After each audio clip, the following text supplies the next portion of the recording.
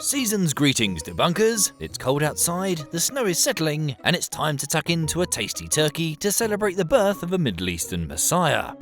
Or is it? Let's burst those BS baubles with a tinsel of truth. I'm Stu, and here are the 12 myths of Christmas debunked. Myth number 12. Santa is red because of Coca-Cola. It's common knowledge that Santa Claus's iconic red jacket with white trim was invented by Coca-Cola to get people to buy a chilled soft drink at the coldest, booziest time of the year. Except they didn't. It is true that Santa wasn't always red. The chortling chimney raider is an amalgamation of the very real St. Nicholas and mostly European folk figures, hence the flying sleigh and magical animal assistants. The various influences led to various appearances: brown, green and even yellow. In the 1800s, he went from saint to Santa, largely thanks to American artist Thomas Nast. He popularised Red Santa in an 1881 issue of Harper's Weekly. By World War I, red and white had become Santa's definitive colours in the US, Canada and even Japan. But the Victorians in England had already used him to promote products. This colour combo proved a perfect fit for Coca-Cola's red and white branding, but they didn't start advertising with Santa until the Great Depression in 1931. Myth number 11. Advent begins on the 1st of December. Every Advent calendar counts down from December 1st, so that's when Advent begins, right? Wrong. Advent begins on the nearest Sunday to St. Andrew's Day on November 30th. So, in 2020, Advent began on November 29th, but it can start as early as November 27th or as late as December 3rd. The first commercially printed calendars came from Germany in 1908. The idea caught on and it became big business worldwide. Manufacturers then pretended that Advent always starts on December 1st, so they could use the same design each year and sell off old stock. Myth number 10. Christmas trees were introduced by Prince Albert. It doesn't feel like Christmas until you've trimmed the tree with bright baubles and lovely lights. Like Advent calendars, this topiary tradition comes from Germany, and everyone knows Prince Albert of Saxe-Coburg-Gotha brought it to his wife Queen Victoria and made the tinsel tree a must-have accessory in 1848. Except the first British monarch to put up a Christmas tree was Queen Charlotte in 1800. 4 decades before Albert entered Victoria's throne room. By that time, British high society was already in love with the Christmas tree and spreading it through the empire. Victoria herself even had one as a child. Meanwhile, German settlers in America were putting up Christmas trees as early as 1747.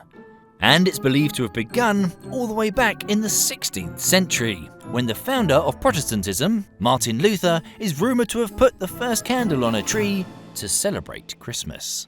Myth number 9. Christmas is really the pagan festival Saturnalia. Why does Christmas take place on December 25th? Some people say it's because the church stole the date of the pagan festival of Saturnalia. Named after the Roman god of agriculture, Saturn, this crazy festival involved lots of drinking, gift-giving, and slaves being served by their masters. However, it happened on December 17th, and though it could last up to a week, it didn't go beyond December 23rd. Some historians therefore think the real precursor to Christmas is the festival of Sol Invictus, which was a public holiday on December 24th and 25th. But this festival started in 274 AD, and 31 years earlier, the Christian bishop Cyprian wrote, "Oh, how wonderfully acted Providence that on that day on which the Son was born, Christ should be born also." In other words, Christians were already celebrating Jesus' birth on December 25th before the Romans made it an official holiday. But before we move on to number 8, we'd like to introduce you to Magellan TV, who have made this video possible. Magellan TV is a premium documentary streaming service hosting thousands of hours of docuseries and feature films, which you can stream on practically any device. Plus, with new programs added every week, why not take advantage of our special holiday offer? Buy one, get one free annual membership by clicking on the link in the description. Myth number 8. Decorations should come down on 12th night. Everyone knows that all the giant Santa lights and every sprig of holly and ivy should come down at the end of the 12 days of Christmas. But this superstition was started by the Victorians. Yes, them again. Before the 19th century, Christmas decorations weren't typically taken down until Candlemas, which is on February 2nd. The Victorians started the tradition of de-decorating sooner to encourage people back into a hardy work ethic, with no festive distractions. Scrooges. You want the whole day off tomorrow, I suppose? If quite convenient, sir. Not convenient. Myth number 7. May all your Christmases be white. Just as Bing sings in the best-selling single of all time, we all dream of a white Christmas. But for anyone living south of the 49th parallel, the chances of building a snowman on Christmas Day are less than 10%. The myth of a white Christmas is credited to Charles Dickens, who described serene snowscapes in his seasonal stories. This is because he grew up in one of the coldest decades in history, the 1810s. When he was 2 years old, Christmas was so cold that the River Thames froze solid enough for people to light fires on the ice without fear of falling in. Since then, of course, the world has gotten warmer, but you still might get to enjoy an official white Christmas. In the USA, it only counts if there is more than 1 centimetre of snow by 7 AM on Christmas morning. In the UK, we get a white Christmas if any snow is observed falling on December 25th, even if it melts before it hits the ground. Myth number 6. Christmas is the most important Christian holiday.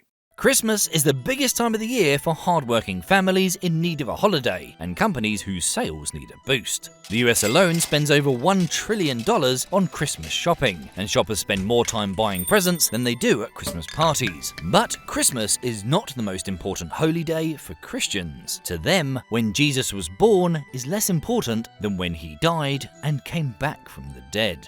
As St. Paul wrote in 53 AD, If Christ has not been raised, our preaching is useless, and so is your faith. That's right. Easter Sunday is the most important Christian holiday. To them, the resurrection of Jesus proves beyond doubt that he was the Son of God, and that death is not the absolute end. In fact, the birth of Christ was so irrelevant to early Christians that they couldn't even agree on a date Until Pope Julius I made December 25th official in 350 AD. Myth number 5. Turkey is the traditional Christmas dinner.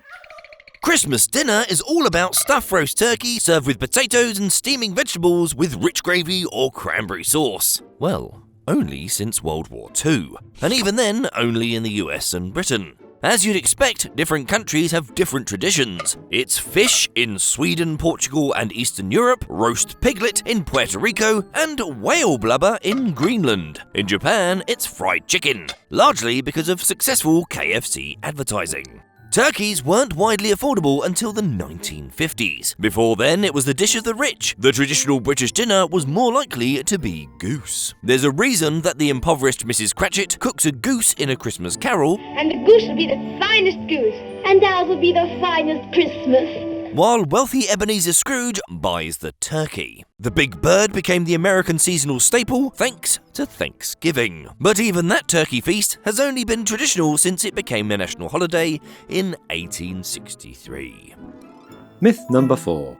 Jingle Bells is a Christmas song. Speaking of Thanksgiving, everyone loves gathering at the table to toast the harvest and sing jingle bells. Wait, you thought it was a Christmas song? The lyrics may mention snow and a sleigh, but it's got nothing to do with Christmas or Santa. One Horse Open Sleigh, as it was originally titled, is actually thought to be about horse sleigh races that took place in Massachusetts and was written for a Thanksgiving service in the 1850s by Confederate composer James Lord Pierpont. He never made much money out of it, but since his death, it's become a holiday favourite. It was even the first song to be performed live in outer space by astronaut Wally Schirra in 1965 on a harmonica. Myth number 3. We three kings of Orient are. Everyone knows the nativity story, the stable in Bethlehem, the baby in a manger, and the three kings with gold, frankincense, and myrrh. Except anyone who's read the Bible will know that it never mentions kings at Christ's birth. They are only mentioned in one of the four Gospels, the book of Matthew. He calls them magi. The best translation is wise men or astrologers, but it has a specifically religious connotation. In other words, they were more like priests than kings. And Western Christianity only decided there were three of them because of the three kinds of gifts they brought. Myth number 2. No room at the inn. The reference to the three kings, however, is one of the smaller nativity misconceptions when it comes to the finer details of what is actually written in the Bible. From Renaissance paintings and hymns to school nativities and movies, we are all familiar with Mary travelling to Bethlehem on a donkey, only to be told there is no room at the inn and be subsequently housed in a stable where she gives birth surrounded by animals. Now, you may want to sit down for this. Pretty much none of that is in the Bible. In fact, the nativity story is only covered by two Gospels, and in Matthew's version, Mary and Joseph seem to already live in a house in Bethlehem, while in Luke's Gospel, this part of the nativity is explained in just 4 verses, which can be surmised as, there was a census, Joseph and Mary travelled to Bethlehem, whilst they were there, Mary delivered her firstborn son. No mention of a little donkey carrying Mary, I'm afraid. Now, the latter part of this passage is where many scholars believe the confusion of the inn and the stable have come into play. The word inn has actually been misinterpreted from the word used in the original version of Luke's Gospel written in Greek. Luke uses the word kataluma, which actually refers to a place to stay or rest, and not the equivalent of a Holiday Inn or Best Western. You see, at the time, most houses in the area were made up of 2 rooms, the main family room and the guest room, referred to as a kataluma. In fact, this word is also used by Luke to describe the room where Jesus and his disciples ate their Last Supper. Many scholars suggest that it was this guest room of Joseph's extended family that had no space for the imminent delivery of God's Son, so they instead stayed in the main family room. The main room of a house would have also been a mixed-use setting for cooking, eating, sleeping, and living. But lower down at the far end, it would also accommodate the household's domestic animals at night, protecting them from predators and providing extra heat on a winter's evening. As such, feeding troughs, or mangers, were also found in this room, which is what is said to have been used as a makeshift crib for the newborn. But there's no mention of farm animals being present or cooing over the infant. Myth number 1. Christmas is Jesus' birthday. First of all, whether you're a devout Christian or a staunch atheist, there's one thing we can all agree on. Jesus never existed. You see, the man we call Jesus wouldn't have answered to this name. He spoke Aramaic and would have therefore said his name, Yeshu. Jesus is the modern pronunciation of the Latin version of the Hebrew rendition of his name, which we still use today, Joshua. Anyway, whether you believe he existed or not, Joshua definitely wasn't born in December.